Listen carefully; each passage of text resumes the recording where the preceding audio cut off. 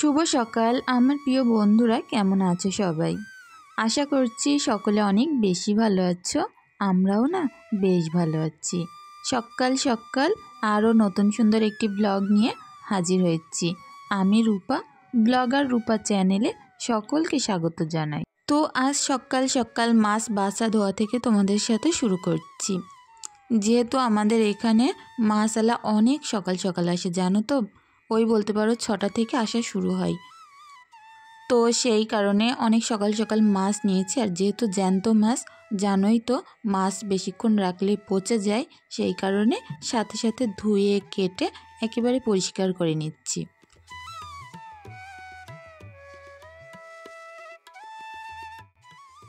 তো এগুলো ছিল অরিজিনাল দেশি তেলাপিয়া। আসলে কি বলতো, আমাদের পুকুরে যেহেতু বহুত বছর ধরে মাছ ছাড়া হয়, বিয়ে হয়ে আসা ধরেই প্রত্যেকটা মাছ যখন ছাড়ে দেখি আর নাম জিজ্ঞাসা করি। বিয়ের আগে না কোনো মাছের সম্বন্ধে আমার খুব একটা ধারণা ছিল না যে কোন মাছ কী নাম হয়। আর এখন যে মাছই দেখি একবার দেখলেই বলতে পারি এটার কী নাম। তো তেলাপিয়া মাছ কিন্তু অনেক জাতের হয়ে থাকে, মনোপিয়া, তেলাপিয়া, লাইলন টিকা। তো এটা ছিল অরিজিনাল তেলাপিয়া।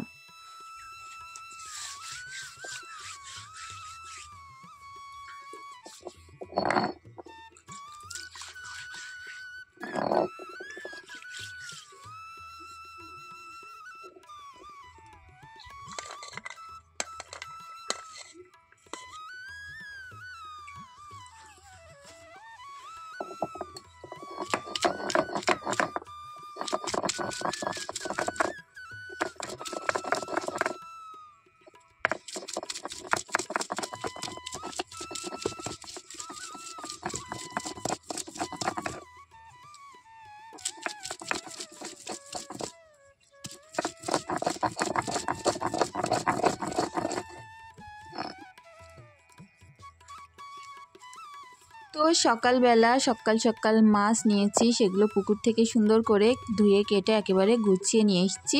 আর এদিকে সকাল সকাল রান্না করব বলে বাটনাটাও রেডি করে নিলাম। আসলে কি বলতো, আজকে না আমি একটা জায়গায় যাব, আর কোথায় গেলাম, কেমন জায়গা গেলাম, সবটাই তোমাদের সাথে শেয়ার করব। তো সেই কারণেই না সকাল সকাল ঝটপট রান্নাটা সেরে নেব, তা নয় আমি অনেকগুলো কাজ আছে একেবারে করেই উঠতে পারবো না। রান্নাটা শেষ করে আবার একটু বাজারে যাব গিফট কিনতে, গিফটটা নিয়ে এসে তারপরেই বিকালে কিন্তু আমি বেরোবো। তো ওই কারণে সকাল সকাল রান্নাটা সারছি।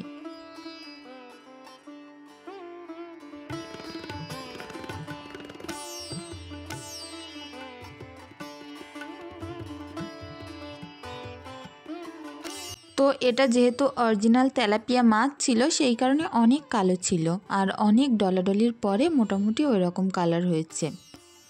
তো যাই হোক, এবার মাছগুলো খুব সুন্দর করে ভাজা করে নেব। আর জ্যান্ত মাছ ভাজা করতে গেলে না বেঁকে বেঁকে যায় আর মাঝখান থেকে ভেঙে আসে। তো এভাবেই মাছগুলো সুন্দর করে একটু পোড়ো পোড়ো করে ভাজা করলাম, করে এটা ঝোল বানাবো। আগে দেখি কলার তরকারিটা রান্না করে নিই।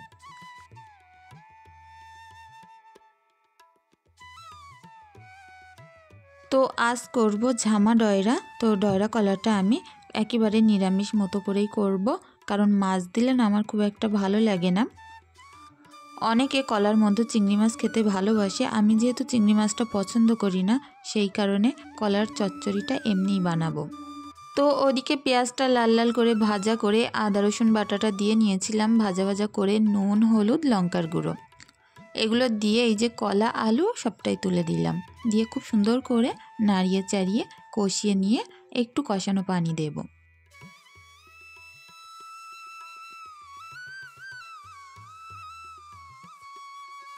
তো এই যে কষানো পানিটা দিয়েছিলাম, এটা শুকিয়ে গেলে নেড়ে চেড়ে যখন তেল বেরিয়ে এসেছিল তখনই জিরের গুঁড়ো অ্যাড করেছিলাম। তো যাই হোক, এরকম ঢাকা দিয়ে দিয়ে রান্নাটা সম্পূর্ণ করেছিলাম। তো ওটা নামিয়ে নিয়ে এদিকে মাছ ঝোলটা করব। তো এই ছোট্ট কড়ার মধ্যে মাছগুলো আমি সুন্দর করে কষিয়েই কিন্তু ঝোল করব। আর আমি না মাছ কষিয়ে রান্না করতে বেশি ভালোবাসি। তো প্রত্যেক দিন যেমন নর্মাল রান্না করি সেরকমই করব, তবে স্বাদটা হবে অসাধারণ, জ্যান্ত মাছের ঝোল তো সেই কারণে। তো এই মাছ ঝোলটার মধ্যে নুন, হলুদ, লঙ্কার গুঁড়ো, জিরের গুঁড়ো এগুলোই দিয়েছিলাম। তো তারপরে একটু এই কষানো পানি দিলাম। অনেকে মাছ কষিয়ে রাঁধে না, পুরো ঝোলে তুলে দেয়, তবে আমি না খুব সামান্য কষানো পানি হলেও দিই। আর একটু কাশ্মীরি লঙ্কার গুঁড়ো অ্যাড করেছি যাতে করে কালারটা লাল লাল হয়। তো যেহেতু ওদিকে নিমন্ত্রণ ছিল আমার একটা বান্ধবীর বাড়ি, আর অবশ্যই তোমাদের সাথে শেয়ার করব কোথায় গেছি আর বান্ধবী যে বাড়ি করেছে কেমন হয়েছে। তো ওই দুপুরে খাওয়ার মতো হালকা পাতলা করেই করা হয়েছে। আর রাত্রে তো আমরা সবাই খেয়ে আসব, হাজব্যান্ড যাবে না, ও বাড়িতে থাকবে। তো যাই হোক, আমরা 3 বান্ধবী, হয়তো তোমরা অনেকবার দেখেছো, কোথাও গেলে অনেক আনন্দ করি। তো আজকে ওর বাড়িতে হচ্ছে আমাদের খাওয়া দাওয়ার আয়োজন।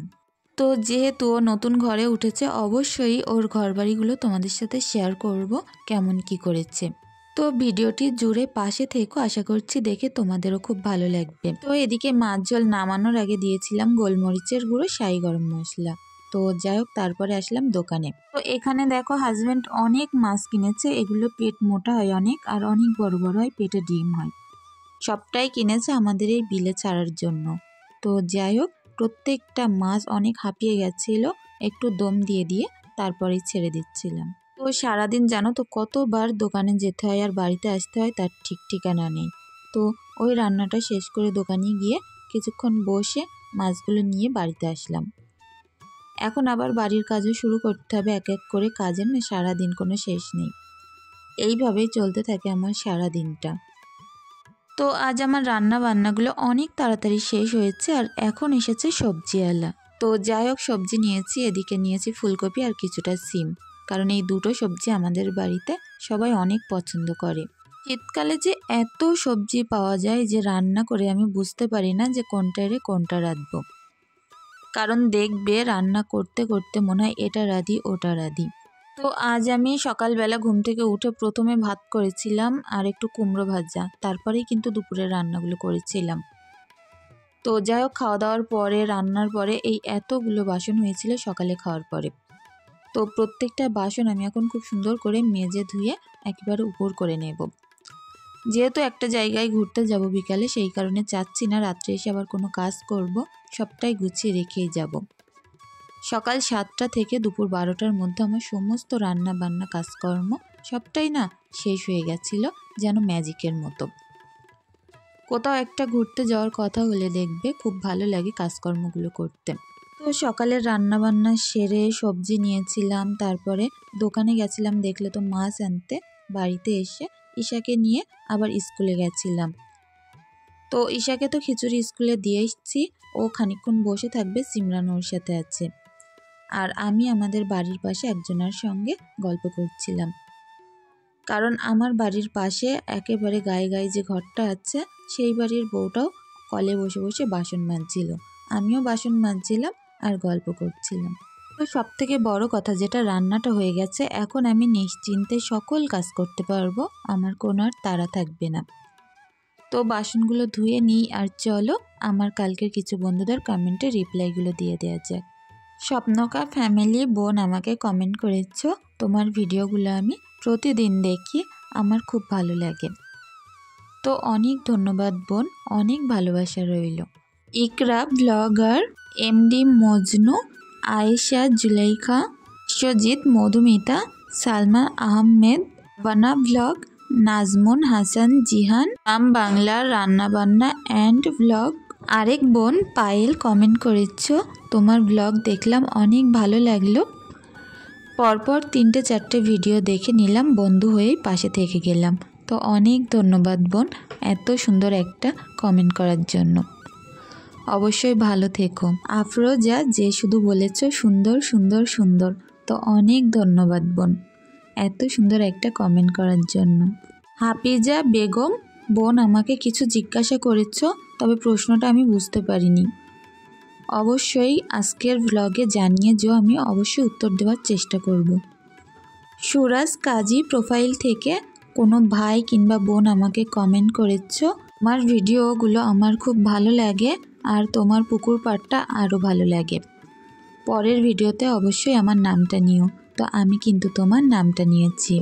ইমন ইমাম মম প্রোফাইল থেকে বোন আমাকে কমেন্ট করেছ, মাই গড অনেক সুন্দর ভিডিও। তো অনেক ধন্যবাদ বোন, যে এত সুন্দর মনের পরিচয় তুমি দিয়েছো আমার ভিডিওতে। অনেক ভালো থেকো। তো অবশ্যই চেষ্টা করলাম কাল আমার যে সকল বোনেরা কমেন্ট করেছিলে সেগুলো পড়ে নেওয়ার জন্য। আর এদিকে কাজ করতে করতে প্রায় শেষ। আর এখন দেখো সবজি বাজার করেছি, ফুলকপি আর সিম। তো এটা রেখে দেব কালকের জন্য। এখন চলো ঈশাকে রেডি করে দেব ঘুম পাড়ানোর জন্য। তো ঈশাকে ঘুম পাড়ানোর আগে প্রত্যেক দিন স্নানটা করে একটু ভাত খাইয়ে দিই, তাহলে 1 লিটার দুধ দিলে অনেকক্ষণ ঘুমায়।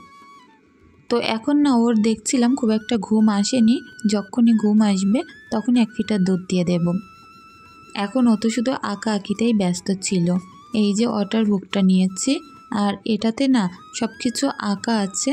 কি বলো তো, কালারগুলো খুব একটা বোঝা যাচ্ছে না এই যে বুকটাতে। তবে কি বলো তো, একটা পেনের মধ্যে একটু পানি ভরে দিলে সেটা দিয়ে আঁকতে হচ্ছে। এই বইটা আমি নতুনত্ব দেখলাম, তো কিনে দিয়েছিলাম ঈশাকে। আর ওটা দিয়ে ও যত আঁকছিল পানি দিয়ে তত কালার হচ্ছিল বইটাই। তো তারপরে এখন একটু মাথাটাতে আশ্রয় দিচ্ছে আর আয়নাতে মুখ দেখছিল, দেখো কেমন মাথা আশ্রানো ঠিক আছে কিনা। তো ঈশাও না অনেক বেশি খুঁতমুতে জানো তো, একটু কিছুটা যে জামা কাপড় পরানো ভুল হয়েছে কি প্যান্ট একটু ঘুরে গেছে সঙ্গে সঙ্গে ঠিক করে দিতে হয়। তো এখন দেখো বইটার উপরে কত সুন্দর করে আঁকছিল, আর দেখতেও না বেশ ভালো লাগছিল। বাচ্চা কাচ্চার হাতে ফোন না দিয়ে এই সকল জিনিস দিলে কিন্তু ওরা একটু শিখতে পারে কিছু। তো যাই হোক, ঈশা এদিকে খেলা করুক আর আমি পাতা উল্টে উল্টে দিচ্ছিলাম যে এটাই না ওটাই আঁকো, ও সেরকম আঁকছিল। তো তারপরে আমার আরও কাজ আছে, সেগুলোই সারতে হবে। তো বাইরে যেহেতু নোংরা টোংরাগুলো আছে পরিষ্কার করব। তো এই উঠোনটা পরিষ্কার হয়ে গেলে তারপরে স্নানটা সারব। সকালবেলা ভেবেছিলাম একবার রান্নার পরপর স্নানটা সেরে নিই, তো তারপরে ভাবলাম আগে এই যে জঞ্জালগুলো পরিষ্কার করি তারপরেই স্নানটা সারব। যেহেতু এখানে অনেক কাঠকুটো শুকাতে দেওয়া আছে, আর যেহেতু বৃষ্টির কারণে 2-3 দিন ঝাড়ু লাগাইনি, তো সেই কারণে জায়গাটার এই অবস্থা। তো সৃষ্টি গাছ তলা বলে কথা, সৃষ্টি পাতা তো পড়বেই। আর এই শুকনোর সময় কত বস্তা যে পাতা হয় এখানে কি বলবো। বড় বড় যে 2টো সৃষ্টি গাছ আছে সেখানে পাতা পড়ে পুরো ভর্তি হয়ে যায় সারা বাড়ি। তো এখানে অনেক মোটা মোটা কাঠ টাল করা আছে, যেগুলো কিন্তু উনুনে ঠিকমতো ধরবে না। তো প্রত্যেকটা কাঠ এখনও পর্যন্ত ভিজে ভিজে ওই যে কিছুটা রোদ্রে দিয়ে আসলাম চাতালের ওপরে। তো ওই কাঠগুলো শুকিয়ে গেলে সুন্দর করে কুচিয়ে দেবে, তবেই রান্না করতে পারবো। আর হাজব্যান্ড বলছিল এখান থেকে কিছু এখন সরানোর দরকার নেই, একেবারে কুড়াল দিয়ে চলা করে দিলে তারপরে সরিয়ে ফেলতে। তো ওই কারণে দুটো একটা রোদ্রে দিয়ে রাখলাম রান্নার মতো, আর বাদবাকিটা ওইভাবেই আছে। সবটা যখন চলা করে দেবে তারপরে এখান থেকে সরিয়ে একটা সুন্দর জায়গা দেখে রেখে দেব। তো আমাদের মতো যাদের গ্রামে বাড়ি তারাই জানি আমরা কাঠকুটো কেমনভাবে শুকাতে হয়, তুলতে হয়, রোদ্দুরে দিতে হয়। আর চারিদিক থেকে কাঠকুটো কুড়িয়ে এক জায়গায় করেও রাখতে হয়। তো কি বলো তো, চারিদিকে এরকম কাঠকুটো উঁচু করে রেখেছি, ঘরে তুলতে পারছি না। মাঝে এই যে বৃষ্টি হলো, আমি তো বুঝতেই পারিনি হঠাৎ করে বৃষ্টি হবে, তো তোলা হয়নি ওপরে, আর সব ভিজে গেছে। তো সিমরা নিশার দুজনেরই তো গা ধোয়া হয়ে গেছে, আর একটুখানি বাদেই আমরা বাড়ি থেকে বেরোবো ওই 3টে সাড়ে 3টের দিকে। তো যাই হোক, খাওয়া দাওয়া কমপ্লিট করে তারপরে এই যে বিকালবেলা আমরা আমার বান্ধবীর বাড়িতে চলে এসেছি। যেহেতু আমরা 2 বান্ধবী এসেছি, আর এখান থেকে না গাড়ি তোলার খুব অসুবিধা ছিল, তো ওই কারণে ও একটু তুলে দিচ্ছিল। তো এই যে ঘরের মধ্যে এখন আমরা ঢুকছিলাম, আর অনেক বেশি মজা হয়েছিল জানো তো। আমরা যখন এক জায়গায় হই প্রচুর আনন্দ করি। তো যাই হোক, ওর ঘরে যেহেতু নতুন উঠেছে সেই কারণে প্রত্যেকটা ঘর ঘুরে ঘুরে দেখছিলাম। আর প্রত্যেকটা ঘরে অনেক সুন্দর করে জিনিসপত্র দিয়ে সাজানো গোছানো ছিল। তো যাই হোক, এই বাড়ি যেহেতু আমরা প্রথম আসলাম ওর, তো সেই কারণে অনেক সুন্দর করে দেখছিলাম প্রত্যেকটা কোণাকানি। তো প্রত্যেকটা ডেকোরেশনে ছিল অসাধারণ। আর এদিকে দেখো ঈশাকে কোলে নিয়েও অনেক বেশি মজা করছিল। তো আমরা সবাই এখন যাব উপরে, উপরেও কেমন করেছে অবশ্যই দেখতে। আর এদিকে ওর মেয়ে ঘুমাচ্ছিল, ঈশা আর ওর মেয়ে কিন্তু একই বয়সে। তো যাই হোক, ফ্রিজটা খুলে এখন আমার আরেকটা বান্ধবী দেখাচ্ছিল, বলছিল দেখ ওর ফ্রিজে কী কী রেখেছে। তো আমরা অনেক আনন্দ করি জানো তো এরকম একসঙ্গে হলে। আর এটা ছিল পুরোটাই ডিপ ফ্রিজ।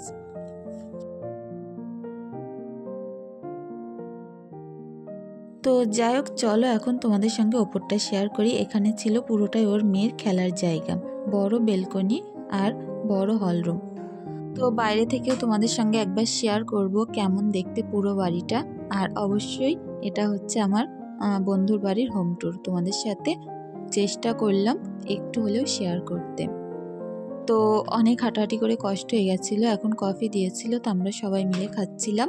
আর তারপরে যে খাবারগুলো অর্ডার করেছিল সবটাই চলে এসেছে।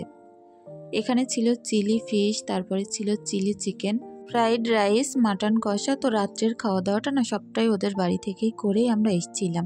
আর বাইরেটা দেখো কতটা না বেশি সুন্দর। তো ওদের বাড়ির পাশেতেই একটা মেলা হচ্ছে, তো বলছিল এখান থেকে খাওয়া দাওয়া করে সবাই ঘুরতে যাব। তো যাই হোক, বাচ্চারা তো অনেক আনন্দ করছিল। আর আমাদের গাড়ি রাখা ছিল এখানে, অনেক বড় জায়গা, তো গাড়িগুলো রাখতে খুব সুবিধা ছিল। তো চলো বন্ধুরা, মেলায় গিয়ে আমরা কি কি করি, কিভাবে চলি, খাওয়া দাওয়া করি। খাওয়া দাওয়ার কোনো জায়গাই নেই, কারণ অনেক কিছু খেয়েছি আশা ধরে, জানো তো। সেই কারণে ভাবছি মেলায় গিয়ে আমি আর কিছু খাবো না। ওরা যদি খায় তো খাবে, আমি শুধু একটু ওদের সাথে ঘুরতে যাব। আর এদিকে বড় উঠোন পেয়ে বাচ্চারা খেলছে, দেখো কেমন।